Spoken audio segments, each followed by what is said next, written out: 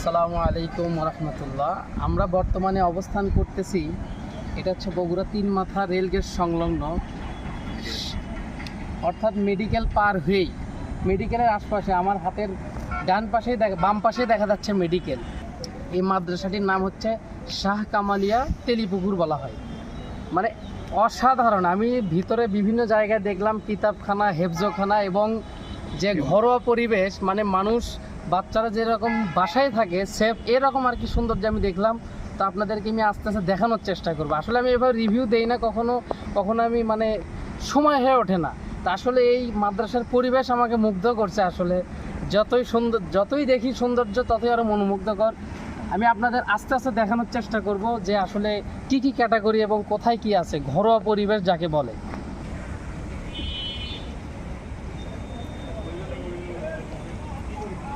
আপনাদেরকে আরেকটা জিনিস দেখাই, যে ছাদের উপরে এখানে ওনারা মাদ্রাসার পক্ষ থেকে কবুতর পালন করেন। খুব সুন্দর একটি পরিবেশ। আসলে আমরা একটু নিচে যাই। আসসালামু আলাইকুম। এটা হচ্ছে মাদ্রাসার হেফজখানা, তৃতীয় তলা হেফজ বিভাগ। এটা আসলে খুব সুন্দর লাগতেছে। আমরা আরও দেখাবো আপনাদের। এটা হচ্ছে মাদ্রাসার মাঠ এবং এই যে এই পাশে দেখা যাচ্ছে এটা হচ্ছে বোর্ডিং। আসলে বৃষ্টি তো, যার কারণে ভিজে গিয়েছে। রৌদ্র থাকলে, শুকনা পরিবেশ থাকলে আরও সুন্দর লাগতো। এই যে মাদ্রাসার মাঠ, ওইটা হচ্ছে প্রবেশ পথ। আর এটা হচ্ছে কোন বিভাগ? কিতাবখানা। মাশাআল্লাহ, এটা হচ্ছে প্রথম জামাত কিতাবখানা। আর এটা হচ্ছে আখেরি জামাত। আসলে প্রাকৃতিক পরিবেশ দিয়ে ভরা, খুব সুন্দর লাগতেছে। কারেন্ট গিয়েছে তো, যার কারণে দেখা যাচ্ছে না। আসলে মাদ্রাসাটা প্রাকৃতিক পরিবেশ এবং বিভিন্ন ক্যাটাগরি দিয়ে ভরা, যার কারণে খোলামেলা পরিবেশ। এই যে দেখতেই পাচ্ছেন সুন্দর প্রাকৃতিক পরিবেশ। মন যদি একটু খারাপও থাকে, ছাত্ররা এখানে এসে ঘুরতে পারে। পাশাপাশি হচ্ছে এখানে একটা বড় মসজিদ রয়েছে, আবার ওই পাশে একটি বড় পুকুরও রয়েছে, সেটাও আমরা একটু দেখানোর চেষ্টা করি। মানে এক কথায় অসাধারণ, মানে সুন্দর একটি ঘরোয়া পরিবেশ। আমরা আপনাদেরকে কারেন্ট আসছে না।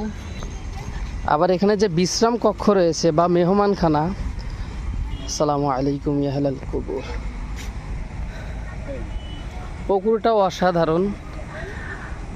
আর আমরা যে বিশ্রামখানা দেখলাম সেটাও আপনাদেরকে দেখাবো, তবে কারেন্ট ছিল না দেখে আমরা সেখানে যেতে পারিনি। এক কথায় অসাধারণ। তবে বৃষ্টি হচ্ছে তো এখান থেকে আমাদের স্থান ত্যাগ করাটাই বেটার হবে। বেশি হলে আমরা ভিজে যাওয়ার সম্ভাবনা আছে।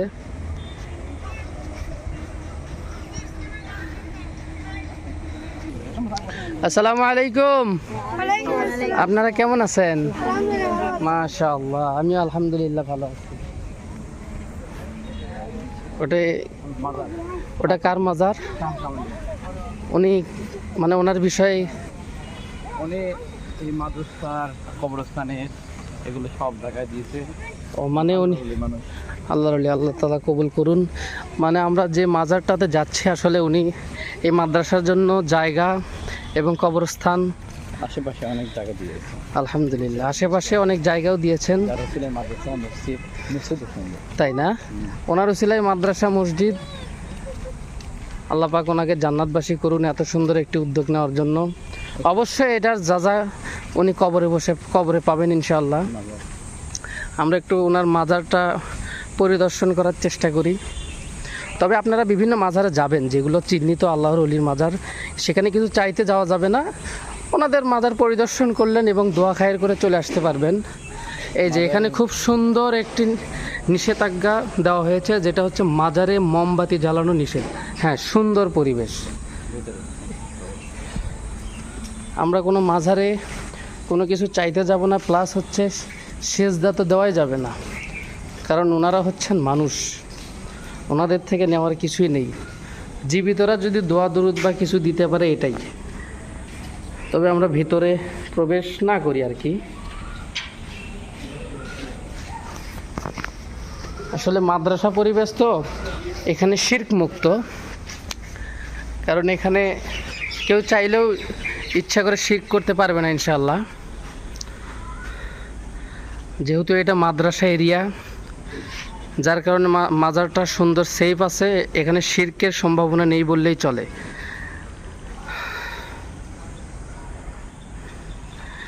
তবে দুঃখের বিষয় হচ্ছে আমি প্রতিনিয়ত এরকম কন্টেন্ট বানাই না, ভয়েস দেই না, মেকিং করি না, যার কারণে একটু কথার মধ্যে জড়তা বা একটু এদিক সেদিক হতেই পারে। দয়া করে একটু আপনারা ভালোভাবে নেবেন, অর্থাৎ পজিটিভভাবেই নেবেন। মসজিদের কাজ চলতেছে, নামাজ হয় কয়তলায়? দোতলায় হচ্ছে। আচ্ছা, এটা একটু অন্ধকার, তারপরে আমরা মোটামুটি চেষ্টা করি।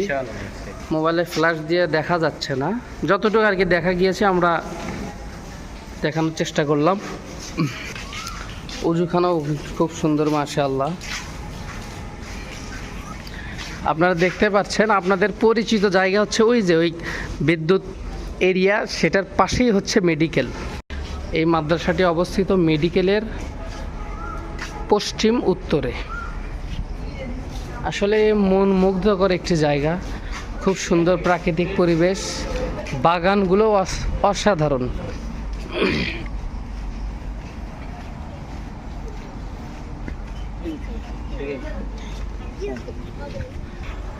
মসজিদটি নির্মাণ হচ্ছে, এখনো কাজ চলমান। তো যখন কাজ ফিনিশিং হবে ইনশাল্লাহ দেখতে সুন্দর লাগবে। আসলে তেমন তো মেকিং ভয়েস দেই না, সেরকম কন্টেন্ট বানানো হয় না যে ভয়েস দিয়ে রিভিউ সিস্টেম কন্টেন্ট, যার কারণে একটু কথার মধ্যে এদিক সেদিক হয়ে যেতে পারে। এই জন্য আমি দুঃখ প্রকাশ করতেছি।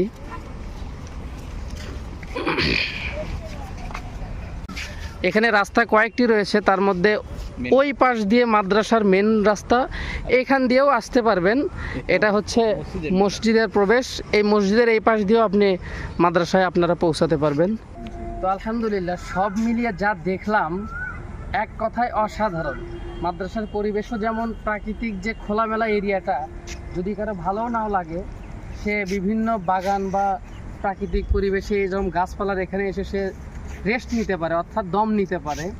তো মন ফ্রেশ করার মতো জায়গা আমার কাছে আসলেই ভালো লাগলো, যার কারণে আমি রিভিউ না দিয়ে থাকতে পারলাম না। তো সকলেই ভালো থাকবেন, সবার প্রতি দ্বীনি ইলমের দাওয়াত থাকবে। কারণ একটি কথাই বলি, ইলম দুইটা, একটা হচ্ছে দুনিয়াবি ইলম, একটা হচ্ছে আখিরাতি। আখিরাতের যে ইলমটা আপনি অর্জন করবেন, দুনিয়া আখিরাত দুটাই পাবেন। সামান্য হাদিস বলে এটা সমাপ্ত ঘোষণা করি, সেটা হলো আল্লাহ রসুল সাল্লাল্লাহু আলাইহি সাল্লাম বলেছেন, তলাবুল ইলমি ফারিদাতুন আলা কুল্লি মুসলিমিন, প্রত্যেক নরনারীর জন্য দ্বীনি ইলম শিক্ষা করা ফরজ। তো এটাই আহ্বান থাকবে যে আমরা যেন আমাদের সন্তানকে দ্বীনের দিকেই ধাবিত করি, দুনিয়াও পাবো, আখিরাতও পেয়ে যাব। সবাই ভালো থাকবেন। আমার কথার মধ্যে যদি কোনো ভুল ত্রুটি হয়ে থাকে অবশ্যই ক্ষমার দৃষ্টিতে দেখবেন। আসসালামু আলাইকুম ওয়া রাহমাতুল্লাহি ওয়া বারাকাতুহু।